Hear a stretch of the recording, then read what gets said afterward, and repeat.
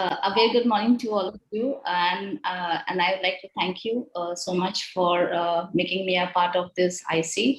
I mean, it has been very interesting till now. So counseling is a very important part of the management, and a good relationship must be developed with the parents, the child, from the time of first interaction, because it's a lifetime association. And we all know that parents are going through a very tough phase, because learning that the child has glaucoma. So we need to be really empathetic and sensitive to the parents, and you have to make them believe that we are one team, and you have to guide them step by step from the management of the condition to the visual rehabilitation. So a very good post-operative follow-up is important at this time of the pandemic. We know that it is not very easy to follow up, and even patients come from faraway places.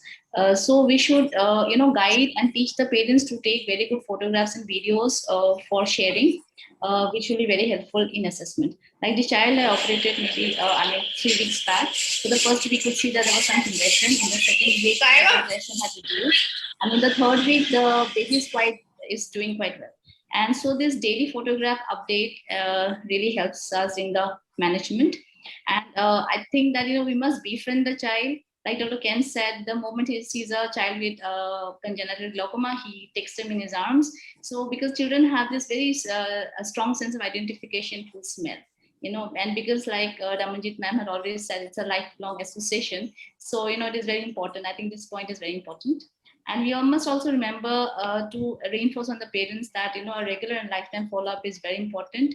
That the child may require multiple surgeries, or the child may require medications, and also the complications of surgery like a thin cystic bleb, or development of endophthalmitis looms large always. So I think a good follow-up is very important.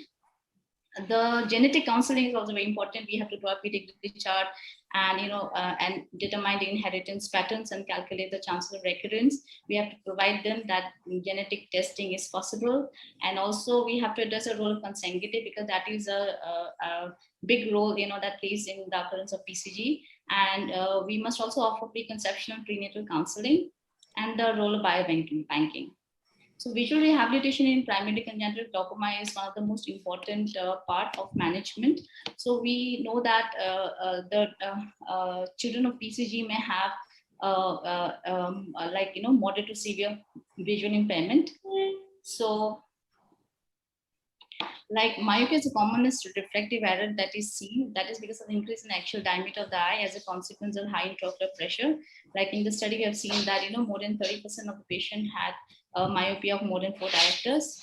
And in this study also, 2/3 of the eyes had at least 3 diopters of myopia and 2 diopters of cylinder. And that is, the cylindrical number comes because of the unequal expansion of the anterior segment, the corneal irregularities, the corneal scarring and opacification, and sometimes by the dislocation of the lens. So a cycloplegic diffraction is very important. In infants and uncooperative child, retinoscopy is performed on anesthesia or sedation. So refractive correction should be given to the children as soon as possible. And if there are embryogenic risk factors, then we must go for embryonic therapy immediately if the child has vision potentially in that eye, or otherwise we may assess for visual improvement in 4 weeks after correction and then go for the embryonic therapy. So you prescribe glasses in the AO guidelines. So it has been found that children, whether it's corneal opacity and Hapstria, there is a great deal of high order aberrations, and that may cause stimulus deprivation and myopia. I mean, the role of Pros lenses have not been documented ever. This kind of lenses are used in patients with keratoconus and where the ocular surface is bad in ocular surface disorders in children. But in glaucoma, it has not been seen. So full emmetropic correction and very early prophylaxis and treatment for amblyopia with a close follow-up, I think is a very important part of the management. And in children who have got bilateral corneal opacities which are dense enough, I think an optical pentary keratoplasty has a very good role. Like in this child, the left eye, after doing a trapezius strap, the cornea had cleared, but the right eye had corneal scarring for which a PK was done. And in child where the vision is low vision intervention should be done to maximize the use of residual vision. So low vision is defined as if the best corrected visual acuity in the better eye is less than 6/18 to 3/60 with a visual field of less than 20 degree, and blind if it is less than 360 to no PL. According to the ICD-10 definition, if vision is equal or better than 6/18, it is called as mild or no visual impairment. If it is equal or better than 660, it is moderate visual impairment. If it is equal or better than 360, it is severe, and otherwise it is if it is 160, it is called as blind. So we have various optical devices for distance and near, like telescopes and magnifiers. I made two small videos, so which I like to share. There are a lot of non-optical devices also. So spectacle magnifiers are commonly prescribed with base in prisms, and the magnifiers can be handheld also. You can give illuminated and non-illuminated. They're like stand magnifiers. And the other optical LVDs are like bar readers, dome magnifier, chest magnifier, penhole magnifier. So I'll just play the video. These are different dome magnifiers which is only used for reading purpose, especially given to pediatric group. These we can give to preschool going children. You can just use your head up to the dome magnifier. This is a 50 mm dia, and this is a 80 mm dia, the largest one, and this is the 65 mm dia. It's a 7-inch portable video magnifier, and this is the stand on it. We can use it in any of the companies. It's zooming in, and we can just zoom it out according to the need of the patient and according to the visual acuity. Almost sometimes it's for the better contrast. We can also change into blue and white on blue. Also color.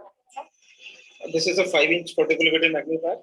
This device is basically designed for near reading, but we can use this device for distance also.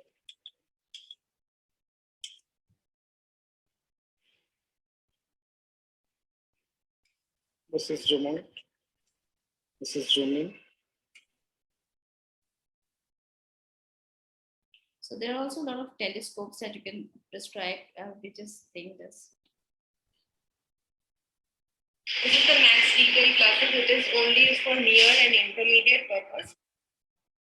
Occluding one eye, and then we are asking the patient see where you are having the clearest vision. Again, we'll occlude the other eye. Be clear? Yes. Ask the patient to see binocular. This is the covering the intermediate distance to make the system work.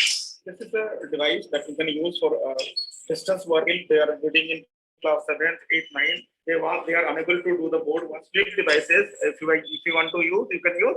If you don't want to use, you can just flip the device. Use this device distance as well as near. This is a reading cap that you can use for near reading. So like remove the device, put this cap, and then you can focus for this. Is a telescopic glasses for distance.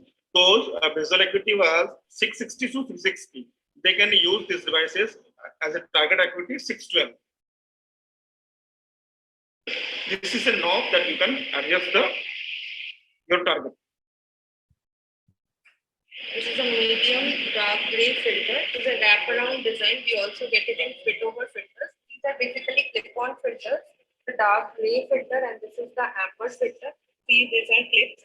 We can actually put it on any of the spectacles. And we can just use it in this way. Also, when we are not needing this, we can flip it over and see with the refractive correction. Also, when we are feeling as if there is a glaring issue, we can just use it in this. Or yellow tinted filters, we use it for the indoor contrast enhancing filters. Yeah. So this optical low devices actually they're really helpful in visually rehabilitating these children. Also, you get writing guides like black cards or rectangular cutouts. That increases the contrast and helps the child to write. So a lot of contrast enhancement can be done in the surroundings to help the children have a better quality of life. And it has been seen that with the help of the low vision, the visual impairment had been decreased markedly in these children. So these are the guidelines for the purpose of assessing the extent of specified disability. And if it is more than 40% disability, you get a disability certificate. And there are a lot of benefits that you can get in this category. So even without sight, there's still vision braille option is still available with all of us. So I'd like to say that we need to be empathetic and kind to the parents, work hand in hand with them. A full emmetropic correction, a very early profile excellent treatment of diabetes are most important. A long-term follow-up is the key to maintain good vision. And low vision rehabilitation is a very important aspect of management of vision impairment and should always be done. Thank you so much.